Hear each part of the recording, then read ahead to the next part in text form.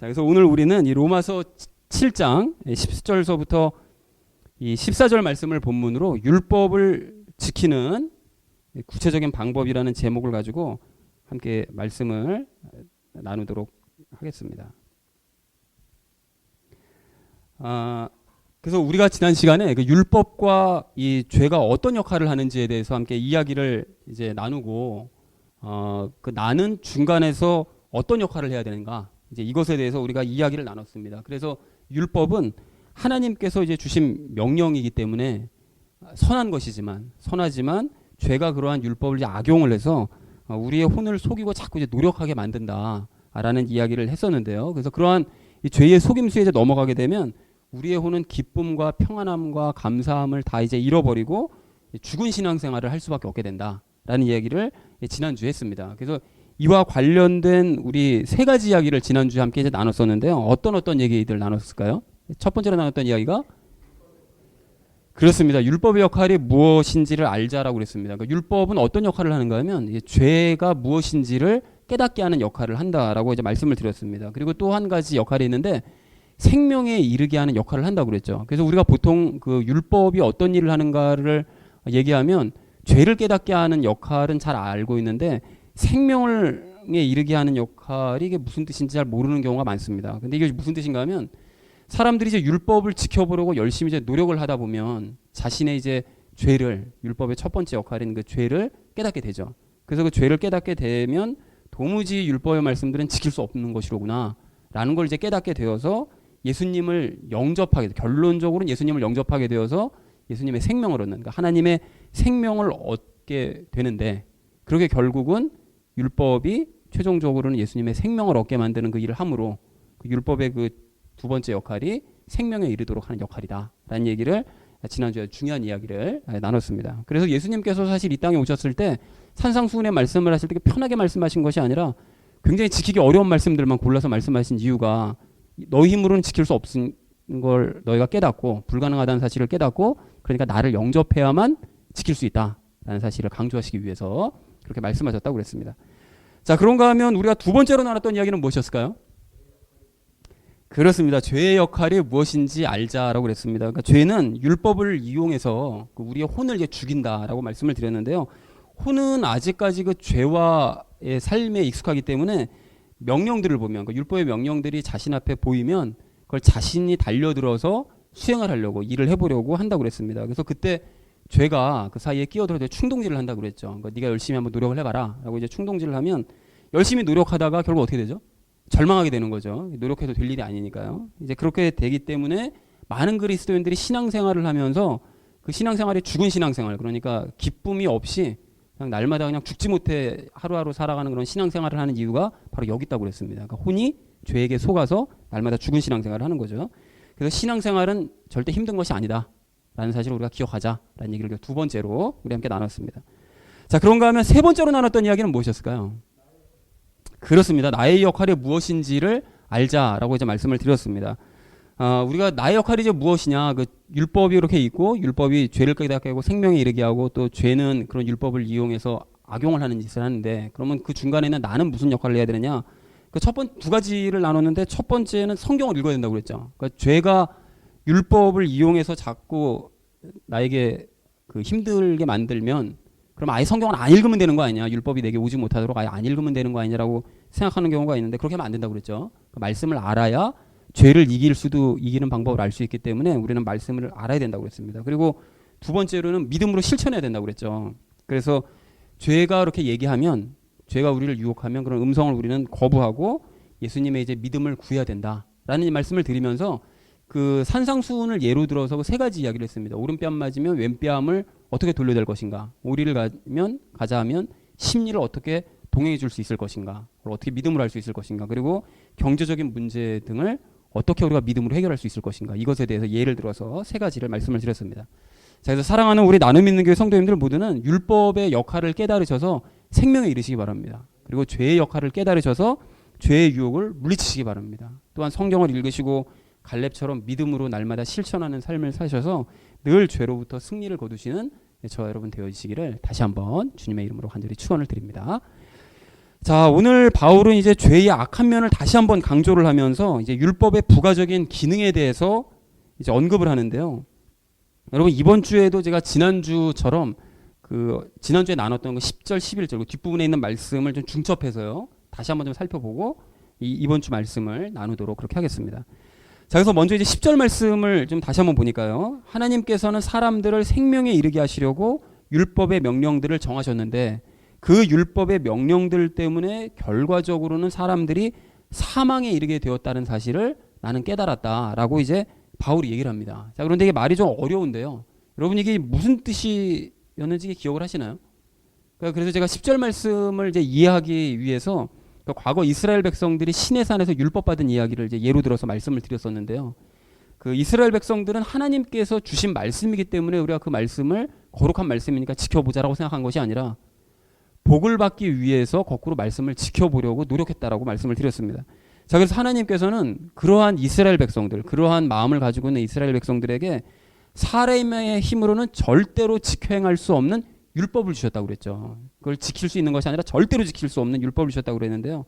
그래서 사람들이 이렇게 절대로 지킬 수 없는 율법을 지켜 행하려고 노력하면서 점차 자기 자신의 죄를 깨달아가고 그래서 나는 도저히 이 율법의 말씀들을 지킬 수 없다라는 것을 인정함으로써 결국 하나님의 이제 도우심을 갈망하게 되고 그래서 하나님께서는 예수님을 이제 보내심으로 말미암아 그 예수님을 믿고 영접해서 하나님의 생명을 얻도록 인도하는 것 그것이 바로 율법이 가지고 있는 역할이라고 말씀을 드렸습니다. 여러분 기억이 나시죠? 자, 그리고 이렇게 이제 예수님과 하나 되어서 생명을 얻게 되면 그러면 계속 이제 일상 삶 가운데도 믿음으로 말미암아 율법과 율법 이상의 것들도 지켜 행해지는 그러한 생명의 삶을 살 수 있게 된다라고 말씀을 드렸습니다. 그것이 10절의 내용인데 근데 이제 뭐가 문제인가 하면 죄가 이러한 생명의 삶에 틈을 타고 끼어들어서 자꾸 이제 방해를 하는 것이 문제라고 그랬습니다. 그래서 즉 내후는 아직까지 죄와 함께 살아가는 삶에 익숙하기 때문에 그래서 율법의 명령들을 보면 흔들리는 거죠. 이거 율법의 명령들을 보면 아 이거 내가 행해야 되는 거 아닌가라고 이게 흔들릴 때 죄가 끼어들어서 자꾸 이제 우리의 힘으로 그 율법의 명령들을 지키게 함으로 말미암아 결과적으로는 죄의 열매, 이제 사망의 열매들을 맺게 하는 것, 이제 이것이 문제라고 그랬습니다. 자, 그래서 율법은 사람들에게 생명을 주시려고 우리에게 정해 주신 것임에도 불구하고 중간에 틈을 탄 그 죄 때문에 결과적으로는 우리를 사망에 이르게 하게 된다라는 것이 10절 말씀의 뜻이라고 그랬습니다. 한 줄로 쫙 요약하자면 믿으면 생명의 삶을 살 수 있는데 자꾸 행하려고 하다 보니까 사망의 삶을 살 수밖에 없게 된다. 그것이 이제 10절 말씀의 내용이라고 말씀을 드렸습니다. 자, 그리고 이어진 이제 11절 말씀을 보니까요. 죄는 그렇게 율법의 명령을 기회로 잡아서 악용해서 이제 혼을 속이고 그래서 결국은 기쁨과 평안과 감사한 그런 모든 마음들을 다 잃게 만들어 버리고 절망과 슬픔과 괴로움의 그 죽은 신앙생활을 하게 만든다라고 이제 말씀을 드렸었죠. 자, 그리고 이어진 이제 12절 말씀을 보니까요. 이제 바울은 율법에 아무 문제가 없다는 사실을 이제 강조를 합니다. 그래서 하나님께서 주신 율법은 거룩하다는 거죠. 그리고 율법의 각 명령들도 그러니까 거룩하고 의롭고 선하다라고 이제 강조를 합니다. 그러니까 우리 지금 무슨 얘기를 하고 싶은 건가 하면 율법의 명령들이 오면 사람들이 결과적으로 죄 열매들을 맺으니 율법이 뭐가 문제 있는 거 아니냐라고 생각할까 봐 사실은 율법에는 아무 문제가 없다. 율법은 선하고 거룩하고 좋은 것이다. 라고 강조를 하는 것입니다. 그러니까 문제는 뭐에 있는 건가 하면 죄에게 있는 것이다. 율법이 아니라 죄에게 문제가 있다. 중간에 틈을 탄. 그 얘기를 하고 싶은 거죠. 그래서 13절에서 그 얘기를 합니다. 이어진 13절에서. 그래서 바울이 13절에서 이제 문제를 제기하는데요. 아니 10절에서 율법의 명령이 결과적으로 사람들을 사망에 이르게 한다고 했는데 12절에서는 율법이 선하다고 그러지 않았냐. 그러면 도대체 뭐냐. 선하다는 그 율법이 사람을 사망에 죽게 만든다는 뜻이냐. 그런데 그것이 아니다 라고 얘기를 하더라는 것이죠. 그러니까 율법에 문제가 없다는 거예요. 그러니까 우리가 이미 답을 알고 있는 것처럼 사람은 율법 때문에 죽은 신앙생활을 하는 것이 아니라 죄 때문에 죽은 신앙생활을 하게 되는 것이다 라고 얘기를 하더라는 것입니다. 그러니까 다시 말해서 율법의 명령이 이제 우리에게 다가오면 그러면 죄가 그것을 이제 기회로 삼아서 중간에서 착 들어와가지고 기회로 삼아가지고 우리를 행동하게 만들고 그래서 결국에는 우리의 신앙생활을 사망에 이르게 한다라는 것입니다. 그러니까 율법은 아무 문제 없고 죄가 문제다라는 사실을 강조를 하고 있다는 것이죠. 자, 그런데 여기 우리 13절에서 우리가 좀 중요한 사실 한 가지를 발견하셔야 되는데요. 율법이 우리에게 이제 다가오면 죄의 실체가 드러나게 된다라는 거예요. 그러니까 즉 율법의 명령이 우리에게 이제 다가오면 그러면 그 율법의 명령이 그리고 어려우면 어려울수록 우리의 혼이 어떻게 하죠? 그 율법의 명령들 한번 지켜보라고 열심히 막 노력하게 될 거 아니겠어요? 그렇게 열심히 필사적으로 행하면서 육신을 막 움직여 나가는데 혼이 그렇게 움직이는데 그런 모습이 바로 그렇게 우리가 율법의 명령을 보자마자 막 열심히 활동하고 움직이는 바로 그러한 모습이 바로 우리 안에 있는 그 보이지 않는 죄가 넘치도록 충만하게 활동하는 그 눈에 보이는 증거라는 것입니다. 그러니까 죄의 활동을 눈으로 보고 싶으면 율법의 명령을 맞닥뜨렸을 때 사람들이 부지런히 활동하는 모습을 보면 그것이 바로 저 사람 안에서 죄가 지금 열심히 활동하는 모습이 겉으로 드러나 보이는 모습이로구나 라는 사실을 우리가 알 수 있다는 것이죠. 자, 그리고 이것이 바로 율법의 이제 부가적인 역할인데요. 율법은 이렇게 죄가 넘치도록 활동하게 만드는, 그러니까 죄가 충만하게 활동하게 만들어서 죄를 겉으로 사람 겉의 모습으로 드러나게 만들어주는 그런 역할을 한다는 것입니다. 그러니까 이 얘기를 얼핏 생각해 보면 그러면 율법이 죄를 활동하게 만드니까 그러면 율법이 뭔가 이렇게 원인 제공을 하고 율법이 뭔가 이렇게 악한 역할을 하는 거 아닌가? 라는 생각을 할 수가 있는데 그게 아니라는 거예요. 그래서 12절에서 선함을 강조하는 거죠. 율법은 선하다. 지극히 선한 것이고 그 율법이 이렇게 드러내는 것은 무슨 악한 목적을 가지고 드러내는 것이 아니라 뭐 죄를 자꾸 들춰내는 이게 목적이 아니고 죄가 문제라는 사실을 사람들 앞에 보여주기 위해서 자꾸 활동하게 만드는 것이다. 그런 긍정적인 선한 역할을 하는 것이다라고 얘기를 하고 있습니다. 자, 그래서 율법은 그렇게 죄의 활동을 드러냄으로써 모든 문제의 원인은 율법이 아니라 죄라는 사실을 알려주려고 하는 것이다. 라는 것이 13절 말씀의 내용이라는 것입니다. 그리고 이 부분에 대해서는 약간 의아하게 생각하실 수 있거든요. 그러면 율법이 그래도 아무래도 문제가 있는 것 같은데 라고 생각하실 수 있는데 이 부분에 대해서는 제가 뒷부분에서 자세하게 설명을 드리도록 그렇게 하겠습니다. 자, 그리고 바울이 이제 마지막으로 14절에서 율법은 이제 영적인 것이라고 얘기하는데요. 율법이 영적이라는 말은 도대체 무슨 뜻이냐? 율법은 앞에서 말씀드린 것처럼 선한 것이고 거룩하고 의로운 것이고 또 사람에게 이제 생명을 주는 것이기 때문에 영적인 것일 수도 있겠지만 율법은 하나님과 예수님과 하나 된 그 영의 명령에 순종해야만, 즉 영의 명령에 따라서 내 안에 있는 영의 명령에 따라서 믿어야만 지킬 수 있는 것이기 때문에 영적이라고 표현한 것입니다. 그리고 그 반대되는 것으로 뭐라고 얘기하냐면 내 혼은 아직까지 육신적이기 때문에, 즉 혼은 영의 명령에 따라서 믿음으로 행하려고 그러지 않고 자꾸 육신 안에 있는 죄의 명령에 따라서 행하게 하려고 하기 때문에 수시로 죄 아래로 팔려간다. 왜 팔려간다고 표현했는가 하면 여러분 예전에 그 우리가 죄로부터 해방되었다는 말을 했었잖아요. 그러니까 죄로부터 해방되었다는 것은 주인이었던 그 죄로부터 해방이 돼서 자유인이 되었다는 거예요. 근데 그 반대로 이제 다시 그 혼이 자꾸 죄의 유혹에 이끌려서 팔려간다는 건 다시 그 주인이었던 죄에게로 노예로 팔려간다라는 그런 의미 때문에 이제 팔려간다라고 표현한 것입니다. 자, 그래서 어쨌든 결국은 문제가 되는 것은 율법이 문제가 아니라 죄가 문제인 것이고 죄의 유혹에 자꾸 넘어가는 우리 안에 있는 아직 죄에 익숙한 혼이 문제다 라고 얘기를 했다라는 것이 오늘 우리가 함께 나눌 본문 말씀 전체의 내용입니다. 여러분 오늘 본문 말씀은 사실 뭐 그렇게 어렵진 않습니다. 이게 중간중간에 약간 13절 말씀이 조금 헷갈릴 수도 있는데 그렇게 어렵진 않은데요. 그러니까 정리해보자면 율법은 사람들에게 생명을 주는 그런 도구이지만 죄는 그러한 율법의 명령들을 악용하고 우리의 혼을 속여서 그래서 우리의 신앙생활을 자꾸 죽게 만든다. 그러므로 우리가 거룩하고 의롭고 선한 율법에는 아무런 문제가 없다라는 사실을 알아야 되고 죄가 문제라는 사실을 우리가 분명하게 명심해야 된다. 그래서 율법은 죄가 문제라는 사실을 충만하게 자꾸 드러내 보여준다. 삶 가운데 자꾸 드러내 보여준다. 그러니까 이제 우리는 영의 명령에 따라서 율법을 믿음으로 이제 지켜가야 되는데 우리가 안타깝게도 우리의 혼은 아직까지 육신적이어서 자꾸 죄 아래로 팔려간다. 라는 것이 참 너무 안타까운 상황이다. 라는 것이 이제 오늘 본문 말씀을 요약한 내용이라는 것입니다. 자, 그런데 오늘 우리가 이러한 이제 본문 말씀을 보면서 율법의 그 부가적인 역할 두 가지를 발견을 해야 되는데요.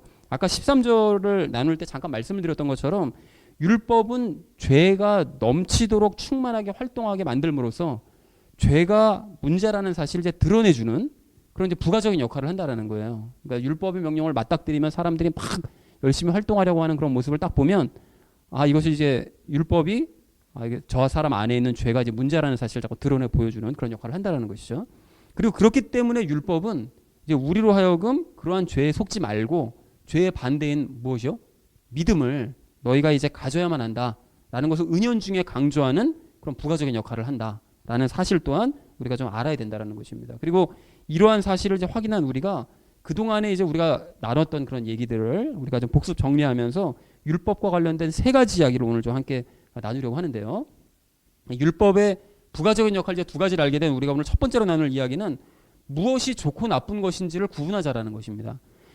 여러분 지난 9절 말씀 있잖아요. 로마서 7장 9절 말씀을 좀 보시면 9절에서 말씀하신 것처럼 뭐라고 말씀하시죠? 율법의 명령이 오면 죄는 언제든지 다시 되살아난답니다. 그리고 우리가 그러한 죄의 유혹에 넘어가게 되면 결국에는 죽은 신앙생활을 하게 된다라고 이제 말씀을 하세요. 자, 그런데 죄가 중간에서 이제 그런 역할을 한다는 거잖아요. 그러니까 율법의 명령이 오면 그 혼을 자꾸 미혹을 해서 자꾸 죽은 신앙생활을 하게 만드는, 자꾸 자기가 행동하게 해서 결국은 실패하게 만들므로써 낙심하게 만들고 절망하게 만드는, 죽은 신앙생활을 하게 만드는 이런 일을 하는데, 죄가 이렇게 중간에서 몰래 이런 역할을 한다라는 것을 모르는 사람들은 대부분이 사실은 몰라요.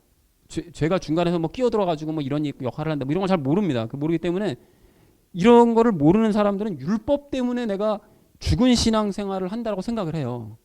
율법이 문제다. 율법이. 그러면 율법 때문에 내가 그걸 한번 지켜보라고 이렇게 하다가 이렇게 힘들어지는 것이다라고 율법을 탓하게 된다는 거죠. 근데 사실은 죄 때문인데.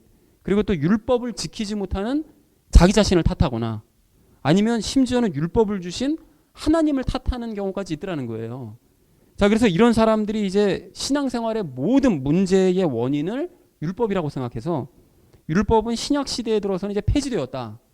또 율법은 더 이상 지킬 필요가 없다라고 이제 주장하곤 합니다. 그래서 율법 무용론자들, 또 율법 폐지론자들, 뭐 이런 사람들이 이제 다 그런 종류의 사람들이라는 것이죠. 그리고 또 이제 갈라디아서 3장 10절 상반절 말씀을 이렇게 보시면 율법의 행위에 속한 자들은 다 저주 아래 있다고 이렇게 말씀하세요. 이제 이렇게 말씀하시다 보니까 그런 사람들이 더더욱 이거 봐라. 그러니까 율법은 지키면 안 된다라고까지 이제 생각을 한다라는 거죠. 주장을 한다라는 것이죠. 그래서 율법은 폐지된 것이다라고 이제 주장을 하더라는 것입니다. 근데 사실은 이 말씀이 율법을 이제 행위로 지켜보려고 노력하는 사람들이 이제 저주 아래 있다는 그런 의미인데, 이제 그걸 전체적인 맥락에서 이해하지 못하고 한 절만 보고 이해하니까 율법은 이게 폐지돼야 된다 이렇게 이해하더라는 거죠. 그리고 또한 갈라디아서 3장 24절 25절 말씀도 보시면 이렇게 되어 있는데요. 율법은 우리를 그리스도께로 인도하는 훈육 선생이었으니 이것은 우리가 믿음으로 의롭게 되려 함이라. 그러나 믿음이 온 뒤에는 우리가 더 이상 훈육 선생 아래 있지 아니하도다 이렇게 말씀하시거든요. 그러니까 율법은 예수님의 그 믿음을 갖기 전까지는 의미 있었지만 그 이후로는 의미 없다라는 식으로 이제 피상적으로만 보면 믿음의 시대가 됐으니까 율법 지키지 않아도 된다는 이런 뜻으로 이제 보인단 말이죠. 이제 그러다 보니까 더 이상 율법은 우리에게 필요 없다. 신약 시대엔 필요 없다. 이제 이렇게 주장을 하더라는 거예요. 사실 이거 말씀도 역시 율법을 지키려고 노력할 필요가 없다는 그런 뜻이거든요. 그러니까 노력하지 않아도 이제는 지켜질 수 있다 이런 뜻인데, 그걸 모르니까 이거를 이제 지킬 필요 없는 거 아니냐 이런 식으로 주장을 하더라는 거예요. 그리고 사실 이거 외에도 율법에 대한 우리가 부정적인 이미지들이 있어요. 우리가 신앙생활을 하다 보면 무슨 뭐 저 사람은 뭐 율법적이야, 뭐 율법에 갇혀 있어, 뭐 율법의 어떤 조항들을 자꾸 자기 노력으로 지키려고 뭐 이런 어떤 그 율법에 대한 그 막연한 그런 부정적인 이미지들 이런 것들도 워낙 많다 보니까 상황이 이렇기 때문에 정말로 이게 율법이 좋은 것인지 이게 나쁜 것인지 도대체 무엇이 좋고 무엇이 나쁜 것인지에 대해서 우리가 이야기를 나눠보고 정확한 진실을 좀 알 필요가 있다라는 것입니다. 자, 그래서 분명하게 여러분 말씀드리지만 율법은 아무런 문제가 없습니다. 여러분 분명히 기억하십시오. 오늘 이후로는 분명히 기억하셔야 되는데 율법은 아무 문제 없습니다. 그러니까 10절에서 말씀하시는 것처럼 율법은 사람을 생명으로 인도하는 역할을 하고요. 또 12절 말씀처럼 율법은 거룩하고 의롭고 선한 것이에요. 그리고 또한 14절 말씀처럼 율법은 영적인 것입니다. 그리고 조금 전에 나눴던 것처럼 율법은 죄의 실체를, 우리 안에 있는 죄의 실체를 드러내 보이는 역할을 하고, 그래서 믿음을 더욱 강조하는 그런 역할을, 숨은 역할까지 한다라는 것이죠. 그러니까 율법은 폐지된 것도 아니고 폐지되어서도 안 되고 더 이상 지킬 필요가 없는 것도 아니고 율법은 죽어버린 것도 아닙니다. 도리어 율법에 대해서 우리가 죽은 거죠. 율법은 죽는 것이 아니라는 것입니다. 자, 그래서 우리가 탓해야 될 것은 율법이 아니라 뭐라고요? 죄를 탓해야 된다는 거예요. 그러니까 많은 신앙인들이 이게 죄가 중간에서 율법과 나 사이를 끼어들어서 죄가 율법을 악용해서 우리를 낙심시킨다는 사실을 모르기 때문에 그냥 율법과 나만 생각해서 율법이 나쁜 것이다라고 잘못 오해하는 경우가 너무나 많다라는 거예요. 율법에 대한 부정적인 이미지가 그래서 많이 생겨난 것입니다. 그래서 가령 이제 예를 들어서 우리가 이제 종종 바리새인들처럼 율법을 자기 힘과 노력으로 이제 지켜보려는 그런 사람들 있잖아요. 그래서 율법적인 그런 사람들이요.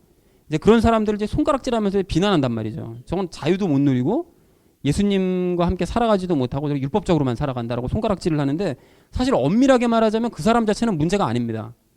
그 율법도 문제가 아닌 거죠. 그럼 뭐가 문제인가 하면 그 사람 안에 있는 죄가 문제인 거예요. 그죠? 그러니까 그 사람은 자기 안에 있는 이제 죄가 시키는 대로 율법을 지킬 수 있다고 자기는 생각하기 때문에 그 열심히 그냥 노력할 뿐이라는 거예요. 그러니까 물론 그런 모습도 좋은 모습은 아니긴 아닌 거죠. 자, 그래서 그렇게 노력하는 사람들 중에는 이제 바리새인들처럼 죄와 분리가 되지 않아서 열심히 노력을 할 수밖에 없는 그런 사람들이 있는데요. 이제 그런 사람들에게는 이제 바른 복음을 제시해서 율법은 절대 노력해서 지킬 수 있는 것이 아니다. 그러니까 죄에게 속지 말아라. 라고 이제 믿음으로만 지킬 수 있다는 사실을 우리가 바르게 알려줘야 되는 것이고요. 또 그런가 하면 그렇게 노력하는 사람들 중에 죄와 분리는 됐는데 아직 혼이 육신적이어서 육신에 자꾸 이끌려서 그래서 자꾸 노력하는 사람들도 있거든요. 그래서 그런 사람들에게도 역시 바른 복음을 제시할 필요가 있다는 거죠. 이제 율법은 노력해서 지킬 수 있는 것이 아니라 예수님의 믿음으로 지킬 수 있는 것이다. 그러니까 죄에게 속지 말아라. 라는 사실을 깨우쳐 주어야 한다라는 것입니다. 그래서 사랑하는 우리 나눔 있는 교회 성도님들 모두는 오늘 이후로 여러분 분명하게 기억하시기 바랍니다. 율법에 대한 그런 잘못 오해들, 그런 악한 어떤 이미지들 이런 것들 여러분 다 깨버리셔야 되는 거라는 거죠. 그래서 분명하게 기억하실 것이 율법은 선한 것이고 죄가 악한 거예요. 오늘 말씀에서 분명하게 말씀하시듯이 율법은 선한 것이고 죄는 악한 것입니다. 자, 그러므로 율법 폐지론, 율법 무용론, 또 율법 사망 이런 것들 주장하는 것은 분명히 잘못된 주장이라는 것을 여러분 분명하게 아시고 우리가 싸워야 될 대상은 율법이 아니라 죄라는 사실을 분명하게 아시는 저와 여러분 되어주시기를 주님의 이름으로 간절히 축원을 드립니다. 자, 율법의 부가적인 역할 두 가지를 알게 된 우리가 오늘 이제 두 번째로 나눌 이야기는 율법을 지켜야 되는지 안 지켜도 되는지 이걸 좀 분명하게 알자라는 것입니다. 여러분 우리가 과거 이제 5장 말씀을 나눌 때 이제 율법을 지켜야 되는지 지키지 않아도 되는지 이것을 아예 그냥 제목으로 정해놓고 말씀을 나눈 적이 있었었는데요. 그때의 기억이 안 나시잖아요, 그죠? 두 장 전이기 때문에 기억이 잘 안 나는데요.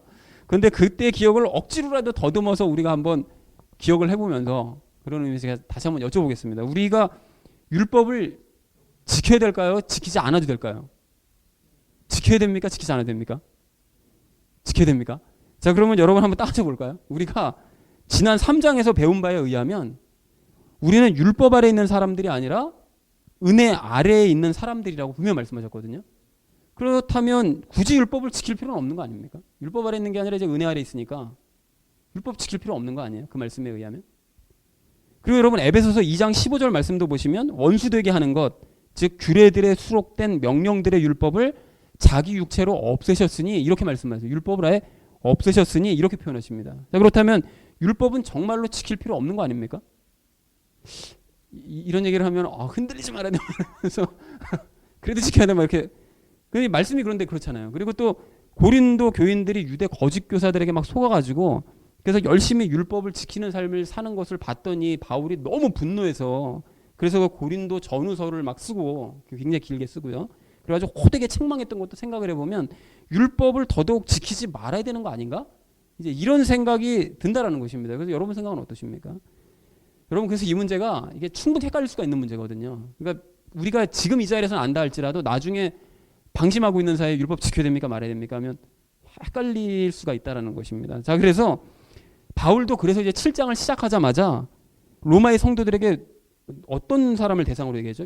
법을 아는 자들에게 말하노니 이렇게 얘기하잖아요. 그러니까 율법을 아는 자들에게 그래서 말을 꺼냈던 것이었고 신앙을 처음 가진 그 사람들이 율법을 내가 그럼 지켜야 되느냐 말아야 되는 것이냐 이것에 대해서 헷갈려 할 수 있기 때문에 율법을 지켜야 되느냐 말아야 되느냐 만약 지켜야 된다면 어떤 식으로 지켜야 되는지에 대해서 지금까지 얘기를 하고 있는 것입니다. 자, 그러니까 어떻게 됩니까? 율법은 지켜야 됩니까? 지키지 않아도 됩니까? 우리가 거수를 한번 해볼까요? 자, 지켜야 됩니다. 한번 손 한번 들어보실까요? 지켜야 됩니다. 율법은 지켜야 됩니다. 됐습니다. 자, 그러면 율법은 지키지 말아야 된다. 안 해도 된다. 안 듣는 분들은 뭐죠? 자, 그래서 여러분 이게 이렇기 때문에 우리가 주제를 꼭 따져봐야 됩니다. 자, 그래서 일단 답부터 말씀드리자면 율법은 지켜야 되는 것이 맞습니다.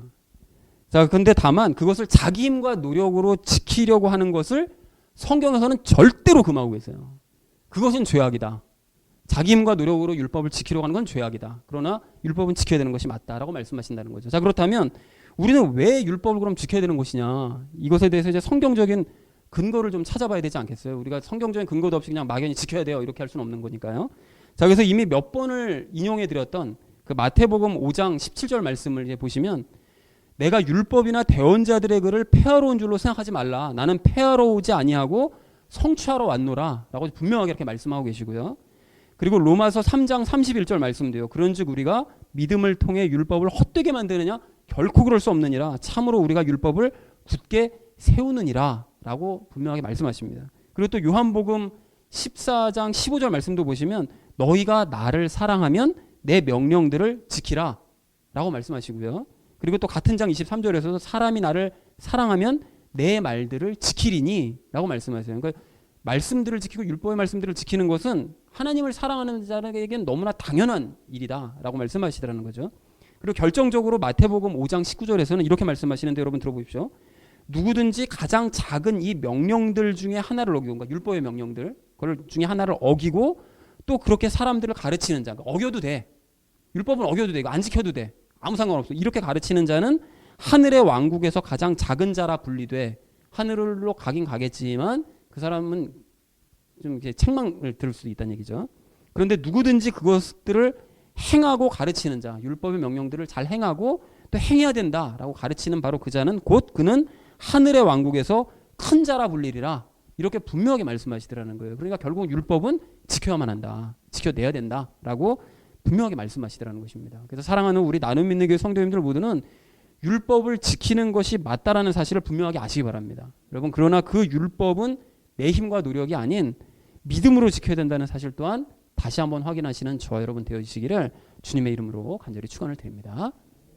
자, 율법의 부가적인 역할 두 가지를 알게 된 우리가 오늘 마지막 세 번째로 나눌 이야기는 율법을 그럼 어떻게 지켜야 되는지를 알자라는 것입니다. 자, 율법을 어떻게 지켜야 되느냐? 율법을 지켜야 된다는 것은 우리가 알게 되는데 율법을 그럼 어떻게 지켜야 되느냐? 이것에 대해서는 뭐 그동안 제가 계속 강조를 해왔고요. 그리고 또 방금도 제가 잠깐 말씀을 드렸기 때문에 우리가 이미 답을 알고 있습니다. 우리가 어떻게 해야 율법을 지킬 수 있을까요? 어떻게 하면 지킬 수 있습니까? 오직 믿음으로만 지킬 수가 있습니다. 자, 근데 보통 많은 사람들이 이제 율법을 열심히 노력해서 지켜야 된다라고 이제 생각들을 하는 경우가 참 많은데, 그래서 지금도 뭐 봉사활동 열심히 하시고 이런 분들을 뭐라 그러는 게 아니라 죄에게 속아서 그런 거니까요. 진심이 아니라 뭐 복받기 위해서 아니면 뭐 하나님의 명령이니까 뭐 죽지 못해서 막 이게 율법의 명령을 강제로 지키는 사람도 있거든요. 실제로 많습니다. 근데 많은데 그것은 사실은 죄의 유혹일 뿐이라는 거예요. 죄가 유혹에 그 잘못 넘어가서 그렇게 되는 것이라는 거죠. 그래서 율법은 오직 믿음으로만 지킬 수 있다라는 사실 우리가 명심해야 된다는 것입니다. 그리고 바울은 로마의 성도들에게 이제 이 사실, 오직 율법은 믿음으로만 지킬 수 있다. 지키긴 지켜야 되는 건데 믿음으로만 지킬 수 있다. 이 사실을 알려주기 위해서 어쩌면 1장서부터 지금까지 단계적으로 오랫동안 설명해 온 것일 수도 있어요. 그 전체적인 내용을 보면 율법에 결국 초점이 맞춰지고 있거든요. 그 죄와 율법에 대해서. 그러니까 그때부터 지금까지 설명해 온 것일 수 있는데 왜 그런가 하면 바울이 정말로 가슴 아파한 일이 무엇이었는가 하면 유대 거짓 교사들의 그 유혹에 넘어가서 열심히 행위를 했었던 그 고린도 교인들. 그 고린도 교인들이 마음에 늘 걸리는 거죠. 그러니까 그런 고린도 교인들과 같은 경우가 다시는 생기지 않기를 바라는 그런 마음 때문에 절대로 율법은 지키긴 지키되 노력으로 지켜야 되는 것이 아니라 믿음으로만 지킬 수 있는 것이다라는 것을 설명하기 위해서 1장서부터 지금까지 설명을 해온 것일 수 있다는 것입니다. 그리고 사실은 문제는 지금도 마찬가지인데요. 지금 이 시대에도 오직 행위로만 구원받을 수 있다라고 막 주장하면서 율법의 모든 말씀들은 노력해야 된다. 하나님 앞에 정성을 보이지 않고 하나님께서 주신 거룩한 말씀을 정성과 노력으로 지켜내 보이는 모습을 보여드리지 않는데 하나님께서 기뻐하시겠냐. 절대로 그런 사람 구원 못 받는다. 이렇게 주장하는 사람들이 있기 때문에 우리는 이 문제에 대해서 반드시 얘기를 나눠야 되고 또 우리는 믿음으로만 구원받을 수 있는 것뿐만이 아니라 율법의 말씀들을 지켜내는 것도 오직 믿음으로만 지켜낼 수 있는 것이다 라는 사실을 깨달아야 된다는 것입니다. 자, 그런데 질문이 있는데요. 이제 믿음으로 율법을 지킬 수 있다는 것은 알겠는데 자, 그럼 구체적으로 어떻게 해야 그 믿음을 가질 수 있느냐는 거예요. 그런데 우리는 그 답도 이미 알고 있죠. 그 그 답이 뭐라고 그랬죠? 어떻게 해야 율법을 지키는 믿음을 가질 수 있느냐? 어떻게 하면 그 믿음을 가질 수 있습니까? 예수님의 믿음을 구하면 됩니다. 예수님의 믿음을 구하면 받을 수 있다는 거죠. 받은 거 가지고 우리가 율법을 지켜나가면 된다는 거예요. 자, 그런데 예수님의 믿음을 구해보신 분은 알겠지만 구해도 믿음이 생기지 않는 경우가 있습니다. 사실은 상당히 많아요. 삶 가운데 예수님의 믿음을 구한다고 구했는데 안 생기는 거예요. 그럼 뭐지 이건? 이런 체험들이 있다라는 것이죠. 왜 그런가 하면 여기에는 분명한 이유가 있는데요. 하나님의 말씀과 하나님과의 교제가 없는 상태로 그냥 형식적으로 믿음을 구하기 때문에 예수님의 믿음을 받지 못하는 거예요. 그래서 여러분 이게 무슨 소리인지 이와 관련된 이제 두 가지 이야기를 마지막으로 이제 나누려고 하는데요. 우리가 예수님의 믿음을 받고 싶으면 정말 받으려면 말씀부터 읽어야 됩니다. 근데 우리에게 그러면 또 의문이 생겨요. 아니 말씀을 읽는다고 그래가지고 믿음이 생길까? 이런 의문이 든다라는 거예요. 말씀이 너가 무슨 믿음이 저절로 생겨? 이런 생각이 드는데 이에 대해서는 여호수아의 삶이 답이 될 수가 있습니다. 여러분 여호수아가 모세를 대신해서 지도자의 자리에 앉았을 때 하나님께서 여호수아에게 이런 얘기를 해주셨어요. 여호수아서 1장 7절 8절인데요. 여러분 길들여 좀 들어보십시오. 오직 너는 마음을 강하게 하고 심히 용감한 자가 되어 내 종 모세가 내게 명령한 모든 율법대로 지켜 행하고 그것을 떠나 오른쪽으로나 왼쪽으로나 치우치지 말라. 그리하면 내가 어디로 가든지 형통하리라. 너는 이 율법책을 내 입에서 떠나지 말게 하며, 그러니까 맨날 읽으라는 얘기죠. 밤낮으로 그것을 묵상하여, 맨날 묵상하라는 거예요. 그래서 그 안에 기록된 모든 것에 따라 지켜 행해라. 행하라는 거예요. 말씀을 봤으면. 그리하면 내가 내 길을 형통하게 하며 또한 크게 성공하리라. 이렇게 말씀하시더라는 거예요. 그러니까 즉 하나님께서는 가나안 정복 전쟁을 앞두고 있는 그 여호수아에게 전쟁 준비를 이렇게 해라. 백성들을 전쟁 훈련을 이렇게 시켜라. 저렇게 시켜라. 이렇게 말씀하신 것이 아니라 여호수아에게 오직 하나님의 그 율법의 말씀들을 너가 주야로 묵상하고 지켜 행하는 일에만 너는 열심을 내라. 다른 거 할 일 아무것도 없어. 너는 그냥 그것만 열심히 해. 그러면 가나안 땅을 정복하는 일은 저절로 형통하게 될 것이고 너는 반드시 성공하는 사람으로 이름이 남게 될 거야. 이렇게 말씀하시더라는 거예요. 그러니까 나는 말씀에만 집중하면 전쟁은 하나님께서 해주겠다는 거죠. 그래서 여호수아가 이제 여호수아서를 중간중간 보시면 여호수아가 뭐 전쟁에 열심을 냈는 것보다는 하나님의 말씀을 읽고 그 말씀대로 직행하는 일에 얼마나 열심을 냈는가 증거들을 볼 수가 있습니다. 그 신명기서 말씀을 아주 계속 실천해 나가는 그런 모습들을 볼 수가 있거든요. 자, 그래서 그렇게 말씀을 읽고 지켜내는 일에만 열심을 했더니 여호수아가 진짜 하나님께서 약속하신 대로 가나안 땅을 정복하는 일을 아주 형통하게 잘 수행해내고 결국은 성공한 지도자라는 그런 평까지 이제 얻게 되더라는 것이죠. 그리고 그걸 체험했더니 여호수아가요. 이제 마지막 죽기 전에 백성들을 모아놓고 여호수아서 23장 5절 6절에서 또 이렇게 유언을 합니다. 여러분 이 말씀도 한번 잘 들어보십시오. 주 너희 하나님 그분께서 너희 앞에서 그들을 몰아내사 너희 눈앞에서 그들을 쫓아내시리니 주 너희 하나님께서 너희에게 약속하신 대로 너희가 그들의 땅을 소유하리라. 가나안 땅 나머지 남은 것들도 전쟁하면서 다 너희가 차지하게 될 거야. 자, 그런즉 너희는 크게 용기를 내서 모세의 율법책에 기록된 모든 것을 지키고 행하며 그것을 떠나 오른쪽으로나 왼쪽으로나 치우치지 말라. 이렇게 유언을 하더라는 것입니다. 자, 그러니까 하나님께서 앞으로도 이제 가나안 전쟁을 직접 수행해 나가실 것이니까 너희가 해야 될 일은 전쟁 준비를 하는 것이 아니라 너희가 해야 될 유일한 일은 율법책을 읽고 그것을 지켜 행하는 일에만 열심을 내라 라고 명령을 하더라는 거예요. 근데 여러분 이 명령은 방금 들어서 아시겠지만 처음 자기가 지도자로 임명받았을 때 하나님께서 자기에게 명령하신 그 내용 그대로잖아요.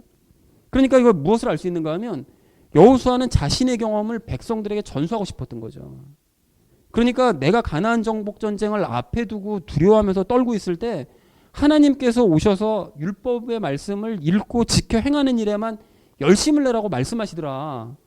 그래서 솔직히 그것이 믿어지진 않았는데 막상 실천을 해보니까 하나님께서 말씀하신 대로 정말로 전쟁은 하나님께서 다 수행하시더라. 나는 말씀 읽은 것밖에 없는데 그 말씀을 실천하는 일에만 전념했는데 전쟁은 하나님께서 다 수행하시더라.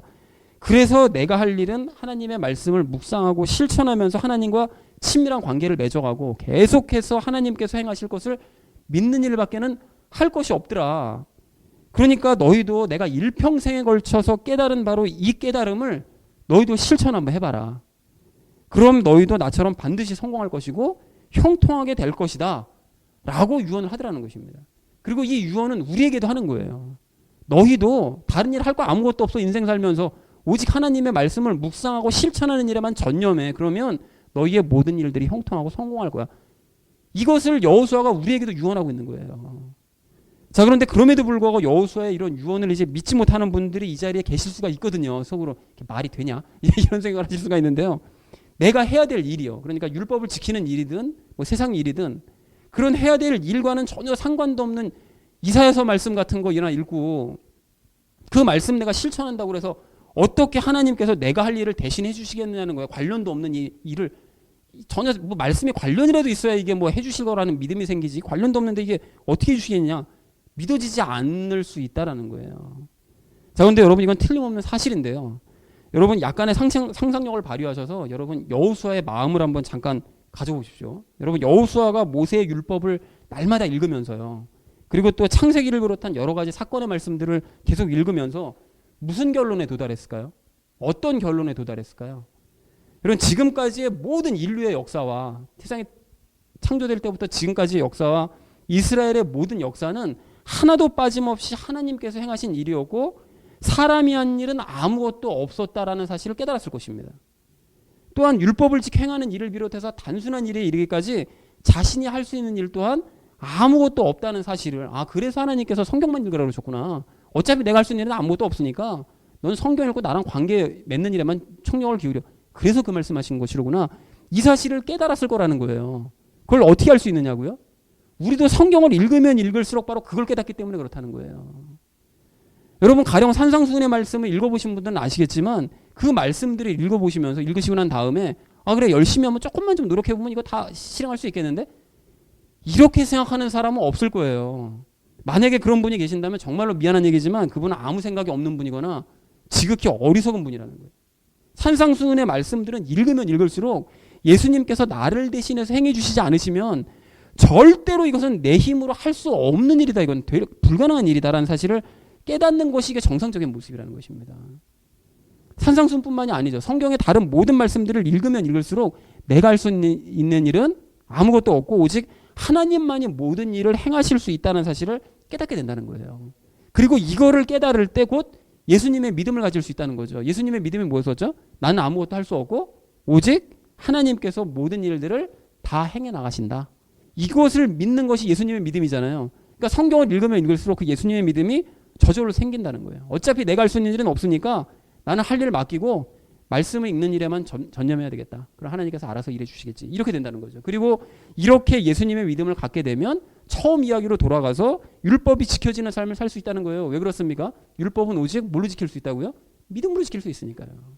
성경을 읽을 때 그 예수님의 믿음을 가질 수 있고 그 예수님의 믿음이 있으면 율법의 말씀을 지킬 수가 있게 된다는 것이죠. 자, 그래서 율법을 지키기 위해서 내가 할 수 있는 일은 아무것도 없어서 오직 말씀을 읽는 것과 대신 그래서 예수님께서 하나님께서 나 대신 일을 행하실 것을 이제 믿는 일만 나는 오로지 할 수 있다라는 사실을 철저히 깨닫게 된다는 것입니다. 그리고 이렇기 때문에 말씀을 읽지 않는 사람들은 이걸 깨닫지 못하는 거예요. 이걸 깨닫지 못하 이 중요한 원리를 깨닫지 못하기 때문에 하나님께서 다 행하실 것을 믿지 못합니다. 입으로는 믿는다고 그래요. 입으로는 하나님께서 다 행하실 거야. 안 믿어져요, 사실은. 왜 안 믿어지느냐? 성경 말씀을 통해서 믿음이 생기지 않았기 때문에 안 믿어지는 거예요, 이게. 성경 말씀이 깨져야 되는데 안 깨지니까 안 믿어지는 거죠. 그리고 자기 자신이 할 수 없다는 것도 인정하지 못합니다.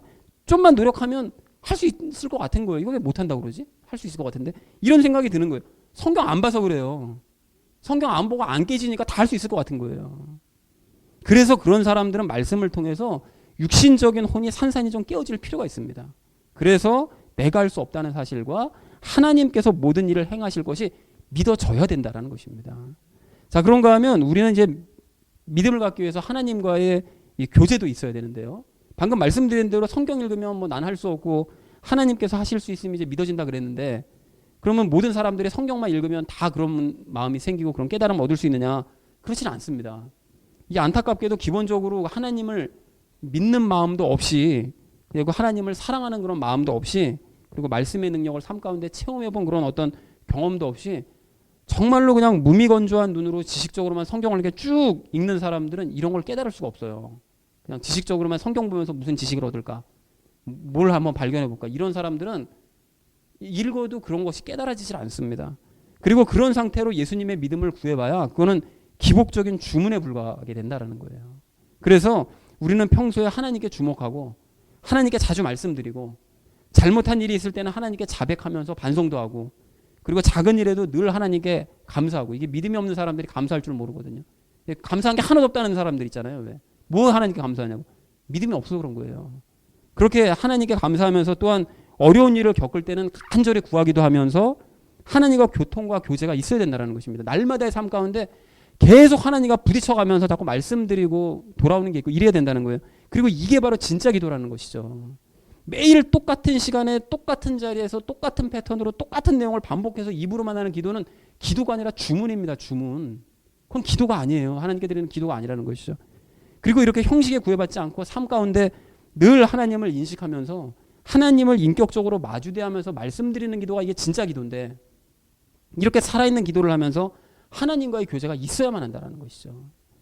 아니 예수님의 사랑을 받고 예수님을 사랑하는 사람들은 저절로 이런 기도가 나올 수밖에 없다는 것입니다. 그리고 이렇게 하나님과의 교제에 또 관계에 집중하면서 기도하는 사람은 당연히 그래서 예수님의 믿음을 구하고 또한 가질 수 있게 된다는 것입니다. 그리고 이런 상태에서 말씀을 보는 사람들이 조금 전과 같이 내가 할 수 없다는 사실을 인정하게 되고 하나님께서 모든 일들을 행하실 것을 믿을 수 있고 또 그 믿음을 간구해서 받을 수 있게 된다는 것이죠. 자, 그래서 이런 사람들은 결국 하나님께서 나를 대신해서 율법 이상의 것들을 지키게 하신다는 사실을 눈으로도 실제로 이제 볼 수 있는 그래서 산상수훈의 말씀들이 내 삶 가운데 실천이 되어지는 것을 눈으로 보게도 된다는 것입니다. 그래서 사랑하는 우리 나눔 있는 교회 성도님들 모두는 율법을 오직 믿음으로만 지킬 수 있다는 사실을 여러분 깨달으시기 바랍니다. 여러분 그런데 그 믿음은 저절로 생기는 것이 아니라 예수님과의 교제가 인격적인 교제가 있어야 되는 것이고 그렇게 예수님과 인격적으로 교제하는 상태로 말씀을 여러분 읽으시면 예수님의 믿음이 생긴다는 사실을 또한 깨달으시기 바랍니다. 그렇게 하심으로써 죄로부터 승리하시고 율법이 지켜지는 삶을 사시고 또 영적으로 형통하고 성공하는 삶을 살게 되어지시기를 주님의 이름으로 간절히 축원을 드립니다. 자, 이제 말씀을 정리합니다. 오늘 말씀을 여러분 잘 생각을 해보시면 옛 남편이었던 이 죄는 율법을 이용해서 활동하고요. 또 지금 남편이신 예수님께서는 믿음을 이용해서 활동하신다는 사실을 우리가 깨달을 수가 있습니다. 자, 그래서 우리는 이제 율법을 죄가 자꾸 이용해 먹는 그 율법을 좀 역이용해서 그 죄를 좀 이길 필요가 있는데요. 율법이 우리에게 다가오면 죄가 넘치도록 활동해서 우리의 혼을 자꾸 이제 움직이려고 하잖아요. 이제 그렇게 되면 우리는 그 순간 과거처럼 자꾸 죄 아래에 팔려서 그래서 자꾸 죄에게 이끌려 다닐 것이 아니라 이제 죄의 속성을 알았잖아요. 자꾸 중간에 끼어들어 가지고 우리를 활동하게 한다라는 것을 그걸 알았기 때문에 말씀과 교제를 통해서 깨달은 거 뭡니까? 내 힘으로는 말씀을 절대로 직행할 수 없다. 그리고 오직 예수님께서 행하셔야만 이 일을 행할 수 있다는 사실을 믿어야 된다는 것이죠. 그렇게 믿으면 내 안에 내 영과 하나 되신 그 예수님의 그 생명이 활발하게 활동하기 시작하시고 그래서 그 생명의 능력을 나에게 체험하도록 만들어 주신다는 것입니다. 그래서 이전에는 율법을 볼 때마다 죄가 넘치도록 활동하는 것을 느껴야 됐던 우리라면 그런 이제는 율법을 볼 때마다 예수님의 생명을 체험할 수 있게 된다는 거예요. 그래서 가령 심리를 동행해 주라는 그 말씀을 예전에는 이렇게 보게 되면 어떻게 되죠? 짜증과 분노 가운데 지금 할 일도 좀 하나 죽겠는데 그냥 누가 뭐 요청하게 되면 그거 안 들어줄 수도 없고 말씀에서 하라고 그러니까 또 억지로 그냥 해야 되니까 노력하는 그런 마음으로 억지로 동행해 주는 내 모습, 짜증으로 그냥 여기까지 가득 찬 상태로 동행해 주는 그런 내 모습, 죄가 활동하는 그런 모습을 내가 봐왔었다면 이제는 믿음으로 말미암아 평안함과 감사함 가운데 예수님과 함께 그 사람에게 기쁨으로 동행해 주는 내 모습, 예수님의 생명이 활동하시는 내 모습을 볼 수 있게 된다는 것입니다. 믿음과 행동의 차이가 이렇게 크다는 거죠. 그리고 그렇게 변화되다 보면 다른 말씀들을 볼 때도 과거와는 다르게 내가 어떤 변화된 행동들을 앞으로 하게 될 것인가 이것에 대해서도 이제 기대하는 마음까지 생기게 된다는 것입니다. 그래서 이렇게 율법이 다가올 때 죄는 그 율법을 악용해서 우리를 죽여왔었고 지금도 죽이려고 덤벼들지만 이제 우리는 율법이 다가오면 말씀과 교제를 통해서 깨달은 그 믿음으로 말미암아 이제 그 율법을 통해서 예수님의 생명을 도리어 거꾸로 체험하는 기회로 삼아야 된다는 것입니다. 그러니까 율법을 긍정적으로 역이용하자라는 것이죠. 그리고 이렇게 하나님과 교제하면서 말씀이 이제 지켜지는 삶을 살게 되면 하나님께서 그 여호수아의 그 모든 일들을 형통케 하시고 성공하게 만들어 주신 것처럼 또한 우리의 삶과 삶의 문제 또한 생각하지도 못한 방법으로 형통하게 해결을 해 주실 것이고 또한 영적으로도 성공하도록 인도해 주실 줄로 이렇게 믿습니다.